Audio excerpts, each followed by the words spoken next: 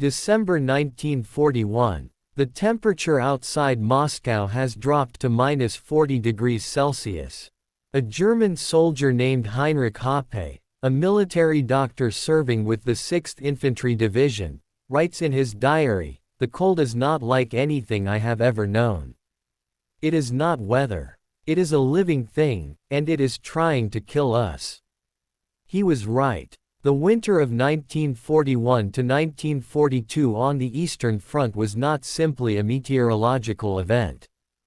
It was a catastrophe of almost incomprehensible scale, a disaster that killed hundreds of thousands of men not through bullets or shells, but through frostbite, hypothermia, starvation, and the slow, grinding destruction of the human body in conditions it was never designed to survive.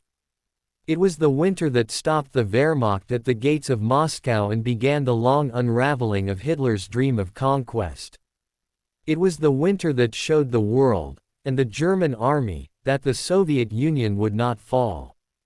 It was the most brutal winter in the history of warfare. This is its story. To understand the catastrophe of the winter of 1941, you have to understand the extraordinary confidence, the staggering, almost delusional arrogance, with which Germany launched Operation Barbarossa on June 22, 1941. Hitler and his generals had planned for a summer war. A quick war. A war that would be over before the leaves turned, before the mud came, before the temperature dropped. They had looked at the map of the Soviet Union, that enormous, almost incomprehensible expanse of territory stretching from the Baltic to the Pacific, and they had decided, with the casual certainty of men who had never been wrong before, that 6 weeks would be enough. 6 weeks to destroy the Red Army. 6 weeks to capture Moscow, Leningrad, and the industrial heartland of the Soviet Union. 6 weeks, and then the war in the East would be over, and the Wehrmacht could turn its attention elsewhere, and the great German Empire that Hitler had promised his people would stretch from the Atlantic to the Urals. The plan had a name, Operation Barbarossa, and it was, in purely military terms, one of the most ambitious operations ever conceived. 3 million German soldiers, supported by more than 600,000 vehicles, 750,000 horses, 3,600 tanks, and 2,700 aircraft, would strike simultaneously along a front nearly 2,000 miles long. 3 army groups, north, center, and south, would drive deep into Soviet territory, encircling and destroying the Red Army in a series of massive battles before the enemy could recover and reorganize. In the beginning, it worked. The first weeks of Barbarossa were a stunning success by any military standard. Soviet forces, caught completely off guard despite numerous intelligence warnings, were shattered. Army Group Center drove 200 miles into Soviet territory in the first week alone. Enormous encirclement battles, at Bialystok, at Minsk, at Kiev, at Smolensk, trapped and destroyed entire Soviet armies. By October 1941, Germany had captured or killed more than 3 million Soviet soldiers. The Red Army seemed to be on the verge of complete collapse. But the Red Army did not collapse. And October came. And with October came the mud. The Eastern Front soldiers called it the Rasputitsa, the mud season, the period in autumn and spring when the primitive Russian roads dissolved into rivers of liquid earth that swallowed vehicles whole, that sucked the boots off men's feet, that turned every advance into an exhausting struggle against the ground itself. The German supply system, already strained to the breaking point by the sheer distance the army had advanced, began to fail. Trucks bogged down and could not be pulled free. Horse-drawn supply wagons sank to their axles. Forward units ran out of fuel, ammunition, and food. And then, in November, the mud froze. And the real nightmare began. The temperature dropped with a speed that shocked even veterans who had lived in Central Europe all their lives. In the first week of November, the thermometer in the Moscow region fell from near freezing to -20 Celsius. By late November, it was -30. By December, in some areas, it was touching -40 and below, temperatures at which metal becomes brittle, at which engines will not start without hours of preparation, at which exposed flesh freezes in minutes, at which the simple act of breathing becomes painful as the air crystallizes in the lungs. The German soldiers facing these temperatures were wearing summer uniforms. This is not a metaphor or an exaggeration. The Wehrmacht had not issued winter clothing to the bulk of its forces because the planners had not believed the war would last long enough to need it. There were stocks of winter equipment in Germany, coats, felt boots, gloves, fur-lined hats, but they had not been distributed because distributing them would have implied that the campaign might last into winter, and admitting that possibility was something that neither Hitler nor his optimistic staff officers were willing to do. Even as the temperature plummeted and men began dying of cold by the hundreds, there were senior officers in Berlin who insisted that the campaign was nearly over, that Moscow would fall within weeks, that winter clothing was unnecessary. The men freezing in the trenches outside Moscow knew differently. A German soldier who survived that winter, Franz Siebler of the 4th Panzer Division, later described the experience in terms that make for almost unbearable reading. "We had," he wrote, "no winter coats, no proper gloves, no winter boots.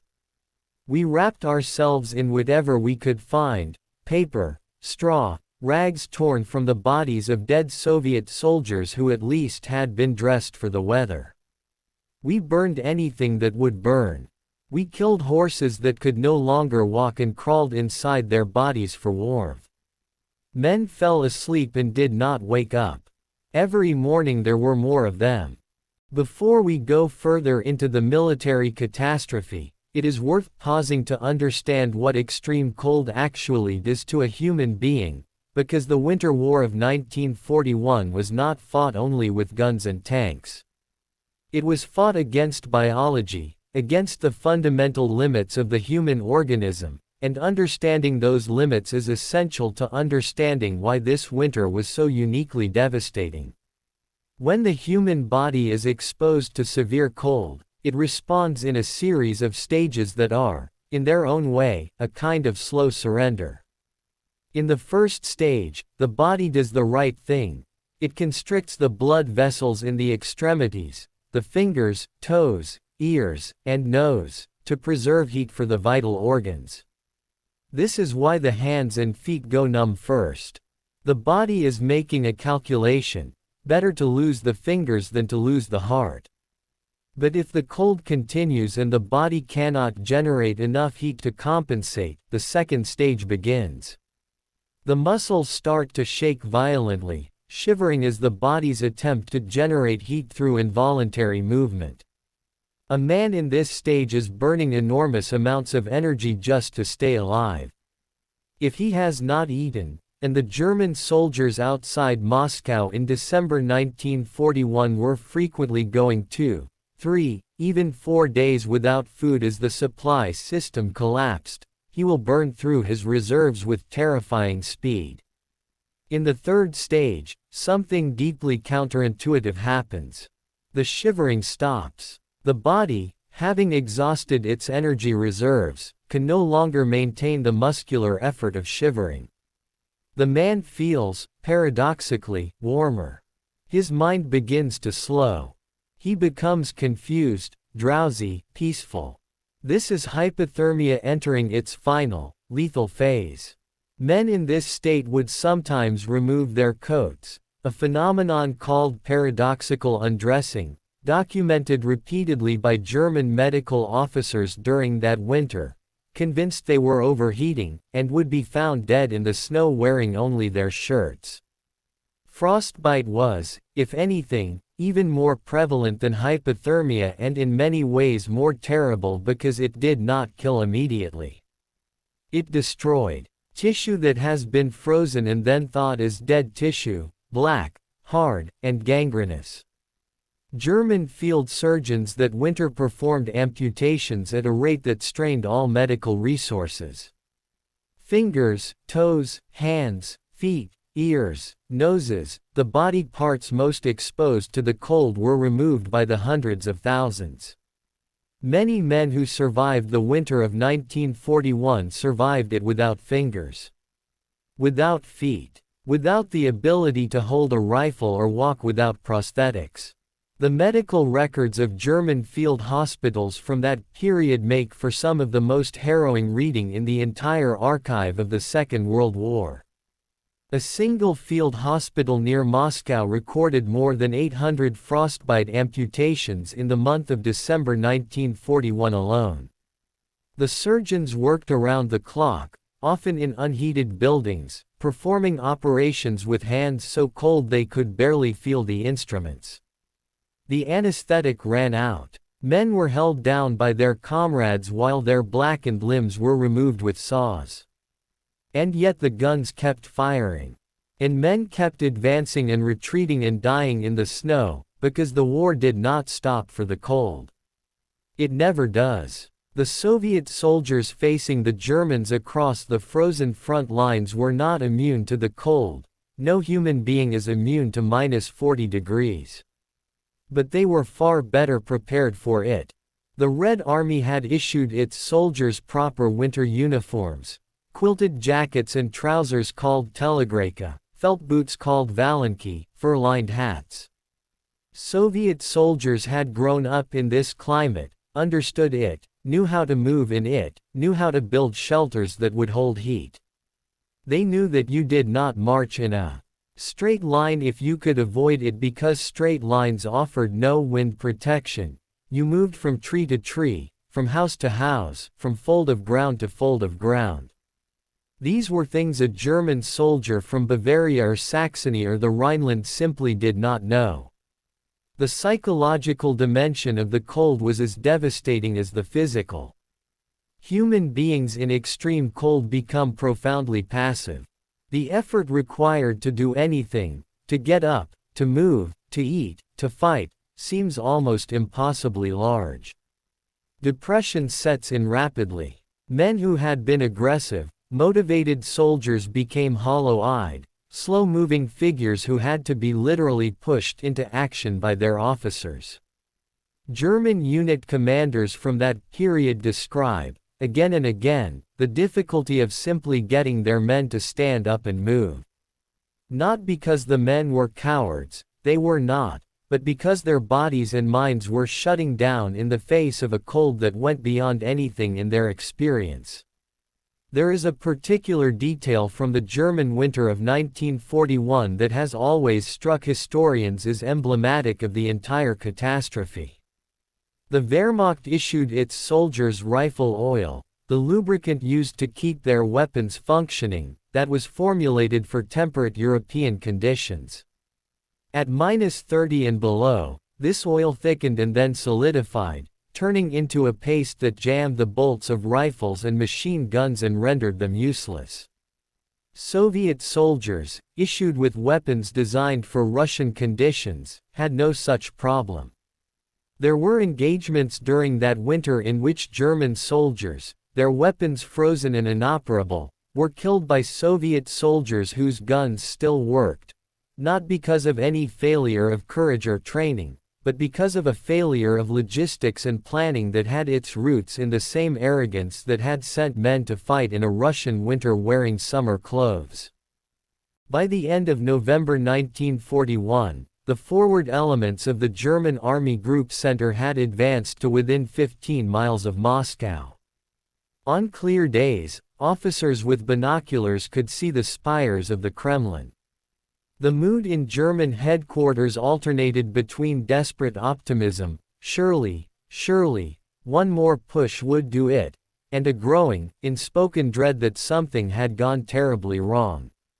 Moscow was not just a city. It was the symbolic heart of the Soviet state, the hub of its rail network, the center of its political and military command structure. Hitler believed, and he was probably right, that the fall of Moscow would be a blow from which the Soviet Union might not recover. Stalin believed the same thing, which is why he did something that no leader of a besieged capital had done in modern times: he stayed.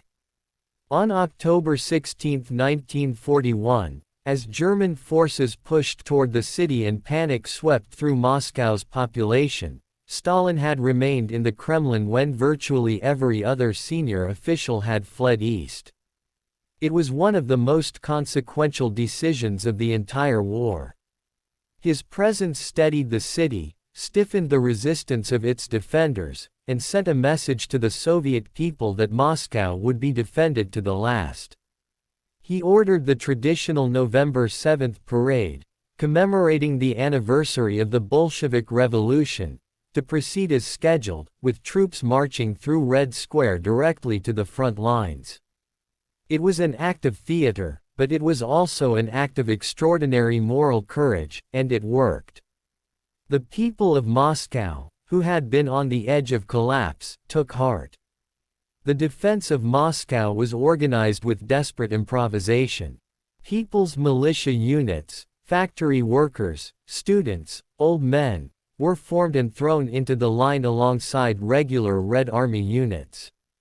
Anti-tank ditches were dug by hand in the frozen ground by hundreds of thousands of civilians, mostly women, who worked in temperatures of -20 and below, breaking the permafrost with pickaxes because the earth was too hard for shovels.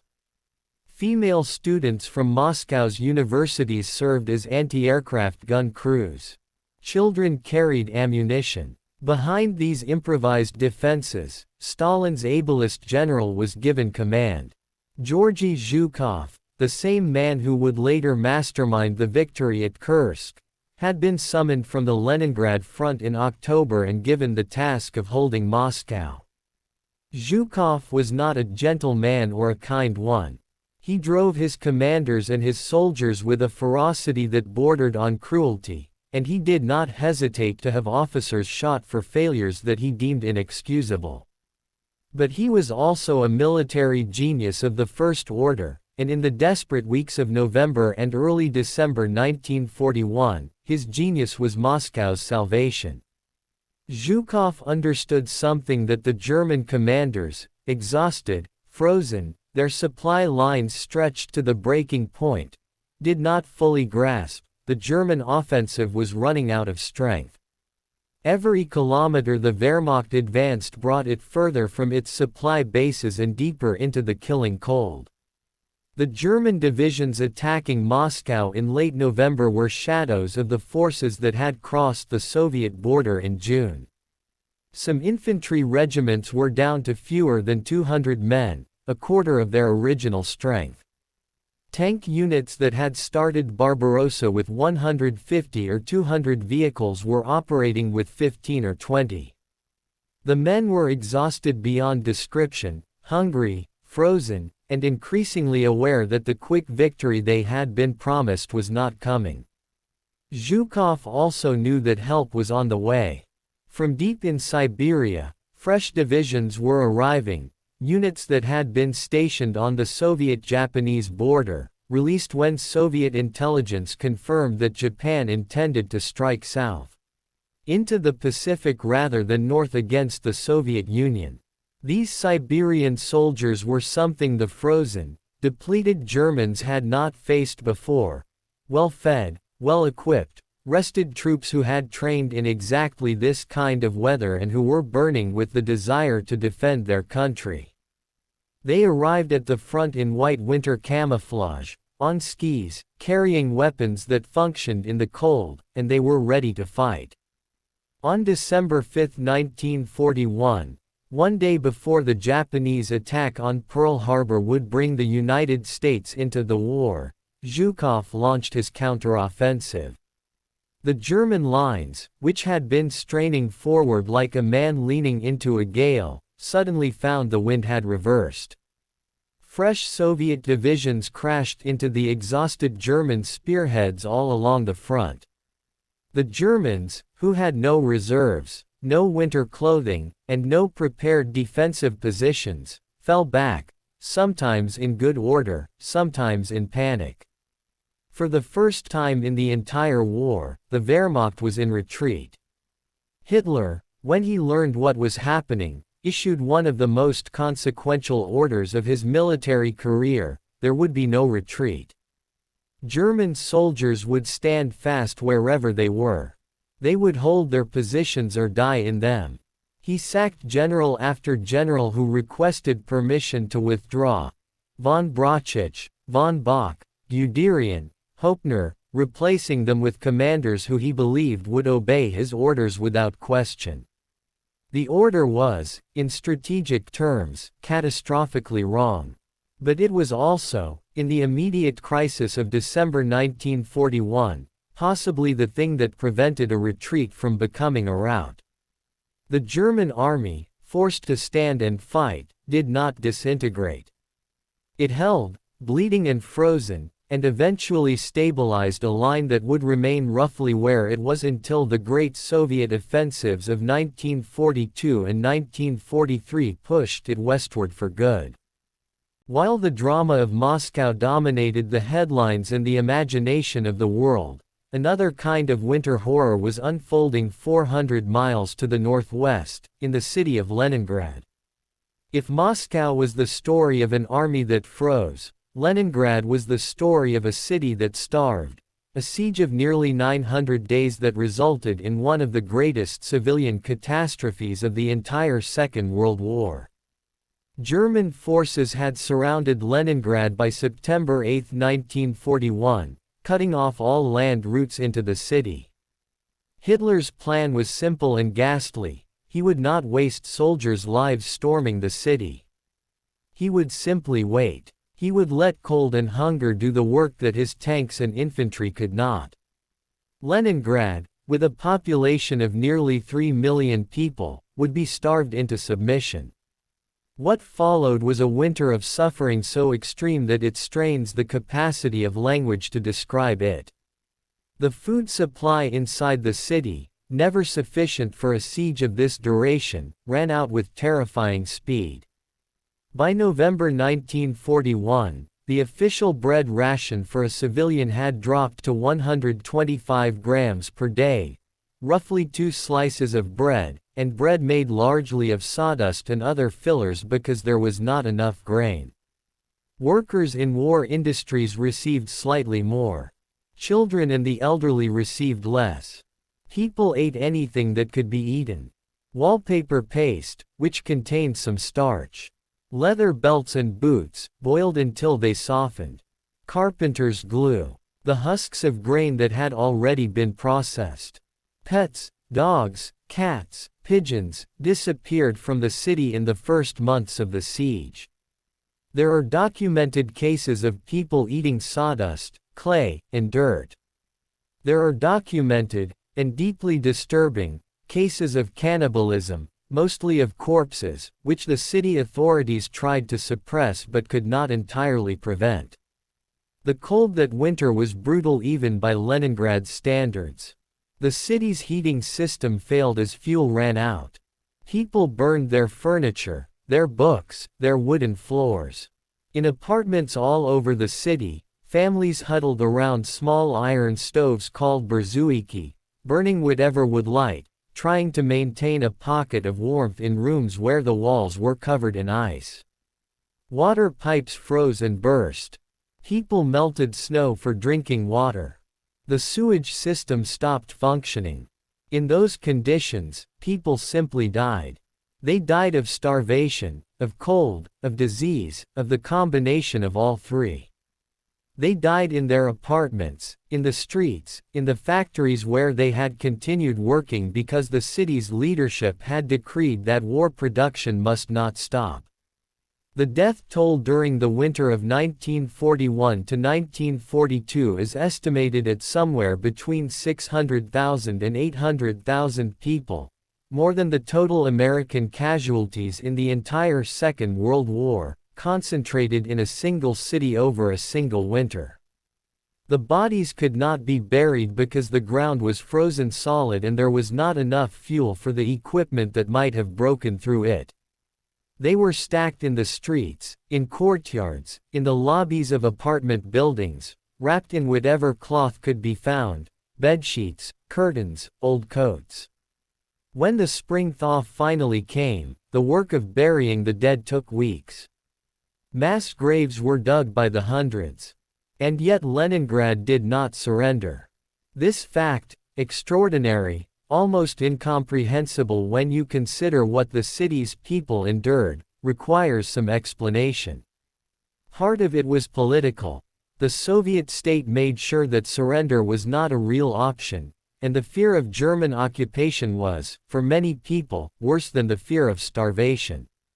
The Germans had made no secret of their intention to treat the Soviet population as subhuman, and the people of Leningrad had every reason to believe that opening the city gates would mean massacre on a vast scale.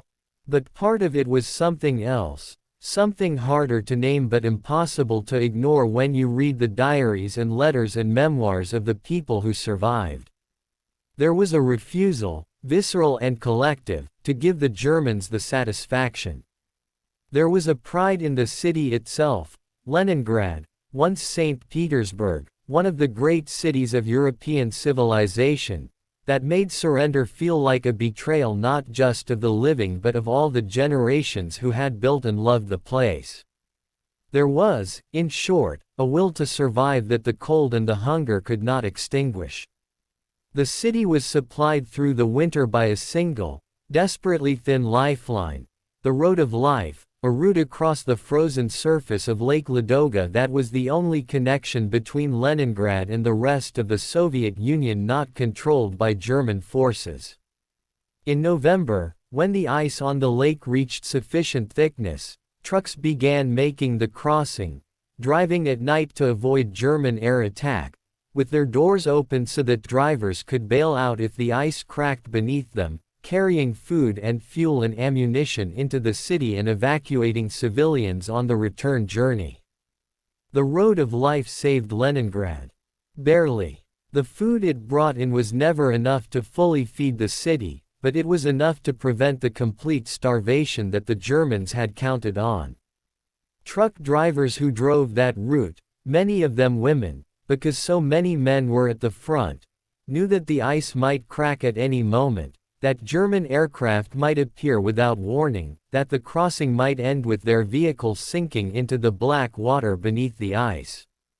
They drove anyway. Hundreds of them died making the crossing. Hundreds more kept driving. To fully understand the winter catastrophe of 1941 and 1942, you have to reach back 2 years earlier, to another winter war that had provided all the warnings Germany chose to ignore. In November 1939, the Soviet Union had invaded Finland, a small country of 4 million people that Stalin had decided was too close to Leningrad for comfort. The result had been a stunning military humiliation that shook the world. The Finnish army, outnumbered more than 3-1, had used the winter itself as a weapon with terrifying effectiveness. Finnish soldiers on skis, dressed in white camouflage, moving silently through forests that the Soviet troops could barely navigate, had ambushed and destroyed entire Soviet divisions. The temperature that winter had dropped to -40 and below, and the Soviets, like the Germans 2 years later, had been catastrophically unprepared. Soviet soldiers froze to death by the thousands. Units lost cohesion and were surrounded and annihilated by tiny Finnish forces that seemed to appear from nowhere and disappear back into the forest. The most famous of these encounters occurred in the forests near Suomussalmi, where a Finnish force of approximately 11,000 men destroyed 2 Soviet divisions totaling nearly 45,000 soldiers. The Soviet dead were so numerous and the cold so extreme that their bodies froze where they fell and remained in the forest for months, preserved by the cold, a testament to the catastrophic failure of Soviet military leadership in that early phase of the war.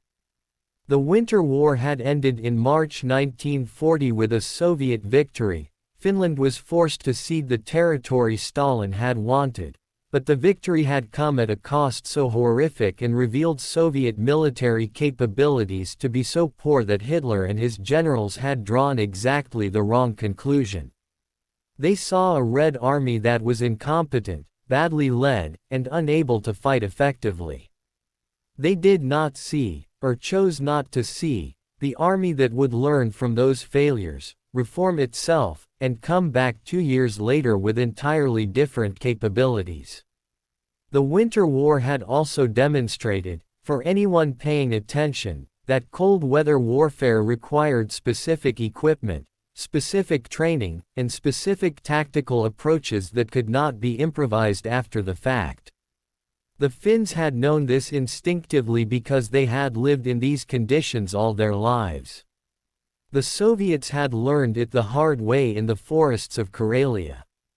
The Germans, watching from the outside, had drawn the lesson that Soviets were weak, but not the lesson that winter in these latitudes was a different kind of war.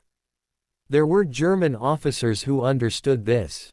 There were staff planners who prepared reports arguing that the campaign could not be won before winter and that proper cold weather equipment must be stockpiled and distributed. These reports were filed and largely ignored. The campaign would be over by autumn. It was not a question worth addressing. When the winter of 1941 came and the men began dying of cold, those same planners must have experienced something between vindication and despair, the awful feeling of having been right about something you desperately hoped you were wrong about. What makes the German failure to prepare for winter all the more remarkable is that they had been given another warning, much closer to home, just months before Barbarossa. The campaign in Yugoslavia and Greece in April 1941, launched to bail out Italy's disastrous invasion of Greece, had delayed the start of Barbarossa by approximately 5 weeks.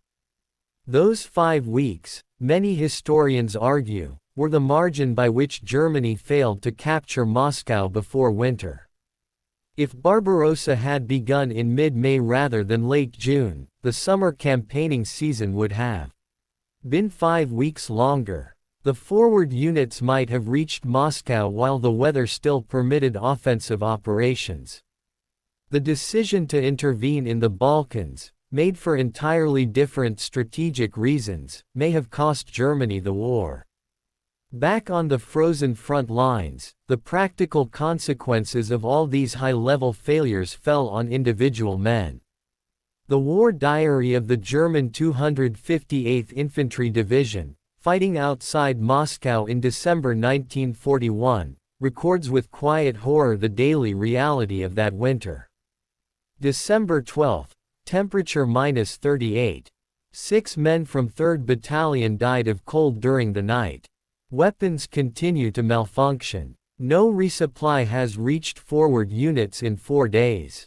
Men are eating snow for water. Officers report that unit cohesion is beginning to break down. Day after day, the same entries, varying only in the specifics of the suffering. Fewer men, fewer weapons, more cold, more dead. The horses, and the German army was far more dependent on horse transport than is commonly remembered, with more than 600,000 horses in service on the Eastern Front, suffered terribly. Horses are hardier than men in some respects, but at -40, without proper shelter and without the specially formulated fodder needed for extreme cold, they died in their thousands. When horses died, the supplies they carried did not reach the front. When supplies did not reach the front, men went without food and ammunition and the spare parts needed to keep their vehicles running. The collapse of the horse transport system was a catastrophe inside a catastrophe, a secondary disaster that made the primary disaster worse in ways that are difficult to fully calculate. It would be a mistake, a serious historical error, to tell the story of the winter of 1941 only from the German perspective. The Soviet soldiers who fought through that winter endured their own extraordinary hardships, and their experience illuminates the battle from an entirely different angle. The Soviet military system in the winter of 1941 was a brutal, often merciless institution. Stalin's Order 227, not one step back, would not be issued until July 1942, but the spirit of that order already pervaded the Red Army. Officers who retreated without authorization faced court-martial and execution. Political commissars attached to every unit watched for signs of defeatism or cowardice and reported them up the chain of command. Blocking detachments, special units positioned behind the front lines with orders to shoot anyone who fled without orders, were a reality of Soviet military life. And yet the Soviet soldier fought. He fought in conditions that were, in many ways, as terrible as those the Germans faced. The Red Army's supply system was also under enormous strain. Food was scarce, ammunition was rationed, and the frontline soldier's life was one of constant danger and misery. The difference was that he was on home soil, defending his own country, and he was equipped for the weather. The telegreka, the quilted jacket and trousers that became the iconic garment of the Soviet winter soldier, was not glamorous or impressive looking. It was padded with cotton batting, available in industrial quantities, and it was warm. Combined with the Valenki felt boots, the Ushanka fur hat, and proper gloves, it gave the Soviet soldier a fighting chance in temperatures that were killing Germans. It sounds like a small thing. It was not a small thing. It was the difference between an army that could function and an army that was dying on its feet. Soviet soldiers also had something the Germans lacked in that first terrible winter: experience. Not military experience, necessarily. Many of the men were recent conscripts with minimal training, but life experience.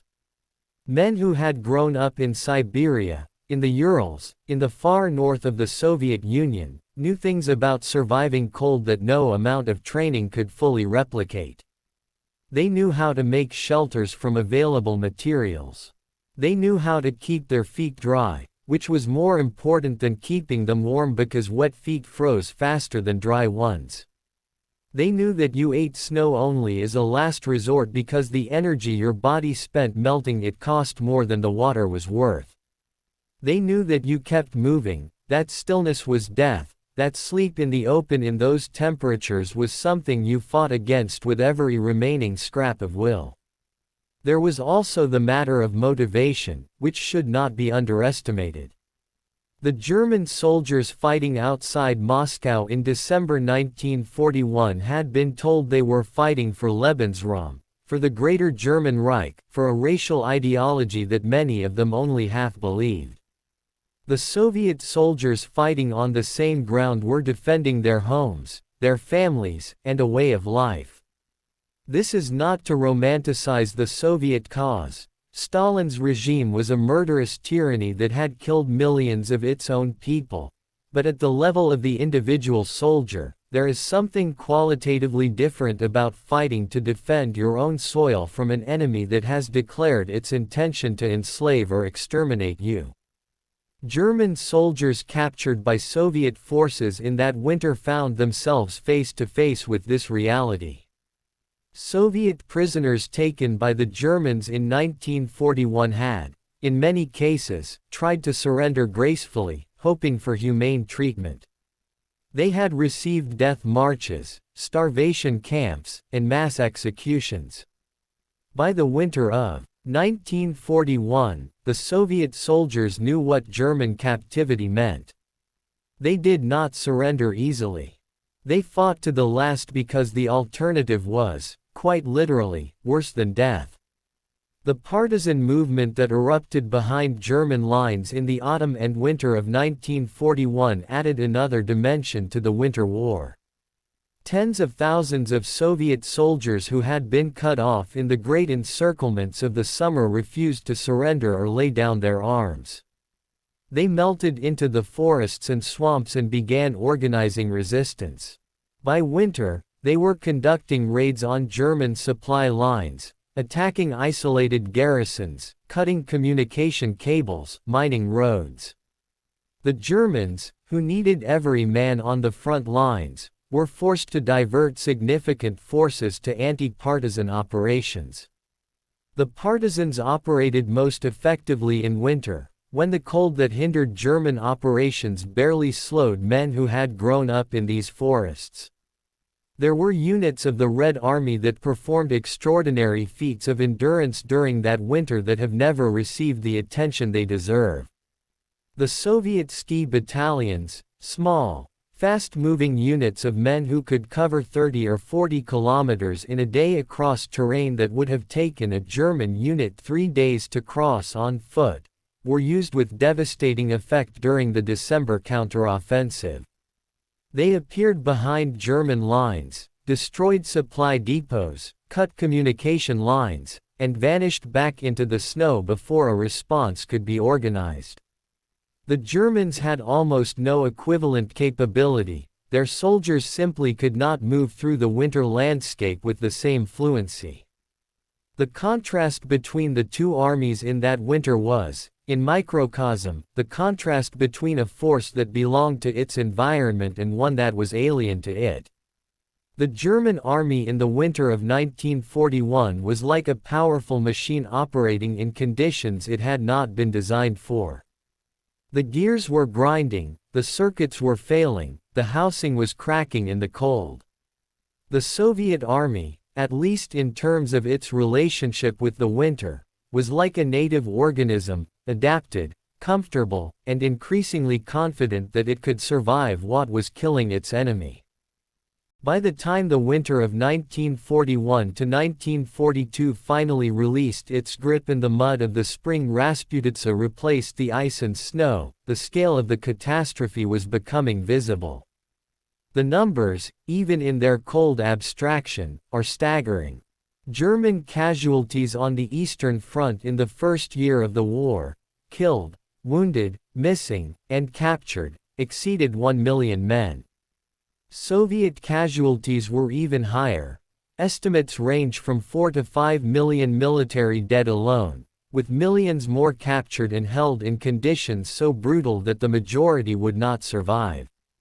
But numbers, as always, are inadequate. They tell you the scale without telling you the texture. The texture was this. Corporal Werner Adamczyk, a German artilleryman serving outside Moscow in January 1942, lost all the fingers on his right hand to frostbite over the course of a single night when the shelter he was sleeping in lost its heat source. He spent 6 months in a military hospital and was then returned to the front because Germany was running out of men. He learned to load artillery shells with his palms. He survived the war. Lieutenant Pyotr Mikhin, a Soviet infantry officer who fought through the entire winter and wrote about it decades later with unsparing clarity, described the experience of leading an attack across open ground in -35 degrees. The men moved slowly, like old men, not because they were afraid but because their legs would not work properly in the cold. The ones who fell and did not get up immediately were dead within minutes. I shouted at them to keep moving. I was shouting at them for their lives, not for the attack. A German medical officer named Konrad Jarausch, who served with an infantry division near Moscow and whose letters home have been preserved and published, wrote to his wife in December 1941 with a mixture of horror and a kind of awed despair. I have seen things I cannot describe and would not want to describe because I do not want these images in your mind. What I can say is that war in winter in Russia is not like any war one was trained for or had imagined. The cold is the enemy as much as the Russians. Perhaps more. The cold does not negotiate and it does not take prisoners. Jarausch was killed in action in February 1942. 2 months after writing those words. For the civilians of the Soviet Union caught between the two armies, the winter brought a particular kind of suffering that combined the horrors of both occupation and combat. Hundreds of villages in the zone of fighting were burned, sometimes by the Germans as they advanced, destroying anything that might shelter Soviet forces, sometimes by the Soviets as they retreated, implementing the scorched earth policy that Stalin had ordered. Civilians who had not evacuated were left in the ruins of their homes, or in the open, in temperatures that killed within hours. The German occupation policy in the East was one of deliberate, ideologically motivated brutality. The Wehrmacht's Commissar order, issued before Barbarossa, directed that Soviet political officers captured in combat were to be shot immediately rather than taken prisoner. The SS Einsatzgruppen, mobile killing units that followed the army into occupied territory, were already carrying out mass murders of Jewish civilians throughout the occupied areas. For the ordinary Soviet civilian, German occupation meant requisition of food and livestock, forced labor, and constant exposure to violence that was not random but systematic. The combination of military destruction, deliberate starvation policies, and extreme cold killed Soviet civilians in numbers that are still impossible to fully calculate. Historians estimate that approximately 27 million Soviet citizens died in the Second World War, military and civilian combined, and a significant proportion of those deaths occurred in the occupied territories during the first and second winters of the war, when the cold and the hunger and the brutality of occupation combined into a catastrophe that had no precedent in modern European history. There is a photograph taken near Moscow in December 1941 that has always seemed to me to capture something essential about that winter. It shows a group of Soviet soldiers advancing across snow-covered ground. They are wearing their white winter camouflage, their rifles held at the ready. Their faces are obscured by cold weather masks, wrapped in cloth against the frost. Behind them, barely visible through the blowing snow, are the shapes of burned-out German vehicles. The soldiers are moving forward. They are going towards something, not away from it. In the middle of the most brutal winter in the history of warfare, they are advancing. That image, men moving forward through impossible cold toward an enemy that was freezing and starving and dying, is in some ways the defining image of the Eastern Front. It tells you something about determination that statistics cannot convey. It tells you that what was decided in the winter of 1941 was not decided by weather or logistics or industrial production, though all of those things mattered enormously. It was decided by the refusal of ordinary human beings to stop. Spring came to the Eastern Front in March and April of 1942, and with it came a temporary respite from the killing cold. The bodies that had been frozen in the snow since November and December thawed and had to be buried. The mud returned. The armies reorganized, resupplied as best they could, and prepared for the summer campaigns that would bring their own catastrophes: the fall of Sevastopol, the German drive towards Stalingrad, the beginning of the end of the Third Reich's ability to wage offensive war in the East. But the winter of 1941 to 1942 had already decided something fundamental. It had proved, beyond any reasonable doubt, that the Soviet Union would not be defeated quickly. The 6-week campaign that Hitler had promised had become 6 months, and the 6 months had not brought victory. They had brought 1 million German casualties and the shattering of the myth of German military invincibility. After that winter, the question was not whether Germany could win the war in the East. It was how long it would take Germany to lose it. The military lessons of that winter were absorbed differently by the two sides. The Germans improved their winter equipment and training. By the winter of 1942 to 1943, German soldiers were far better equipped for cold weather warfare than they had been in 1941. But the damage to the Eastern Front Army's trained corps, The experienced officers and NCOs and specialist troops who had been killed or incapacitated could not be repaired by better clothing and felt boots. The Wehrmacht that fought at Kursk in July 1943 was a diminished force compared to the one that had crossed the Soviet border in June 1941, and that diminishment had begun in the frozen fields outside Moscow. The Soviets drew their own lessons, which were equally profound but different in nature. They learned that their army, which had been shattered and humiliated in the summer of 1941, was capable of extraordinary recovery and adaptation. They learned that the German army, formidable as it was, could be stopped and even driven back. They learned, painfully, at enormous cost, what kinds of defensive operations could absorb and defeat German offensive power.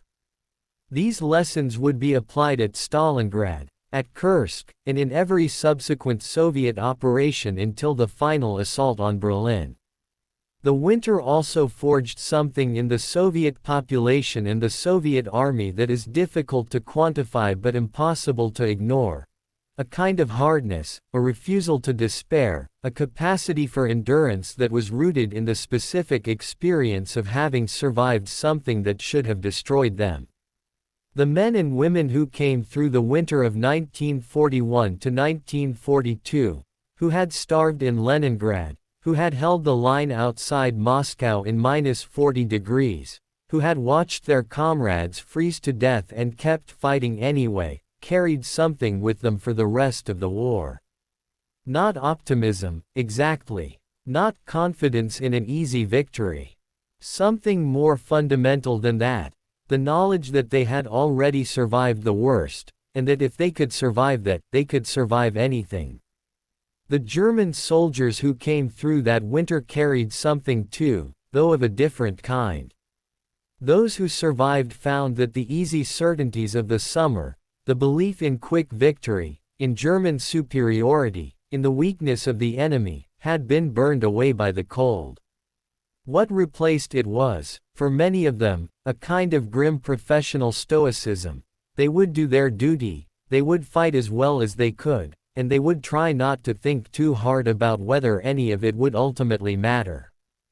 Both of these psychological legacies would play out over the next 3.5 years, in battles and campaigns that would determine the shape of the world we live in today. The Eastern Front was the central theater of the Second World War, the place where more soldiers died, more civilians were killed, and more of the fundamental moral and political questions of the 20th century were decided than anywhere else. And the winter of 1941 to 1942 was its turning point, the moment when the trajectory of the war shifted from German advance to German retreat, from Soviet catastrophe to Soviet recovery. The frozen fields outside Moscow are green in summer now. The birch forests where men froze to death in December 1941 are quiet and beautiful in the way that Russian forests always are. Memorials mark the sites of the worst battles. Old photographs show the frozen bodies, the burned villages, the exhausted faces of men who had been through something that cannot be fully understood from the outside. But it can be remembered.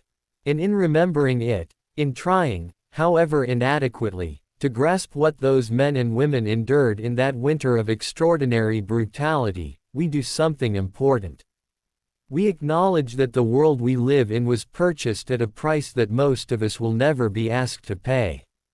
We acknowledge that the men who froze and starved and kept fighting anyway were not abstractions or statistics but people, as real and as fragile and as stubborn as we are. The most brutal winter in war history. The winter that changed everything.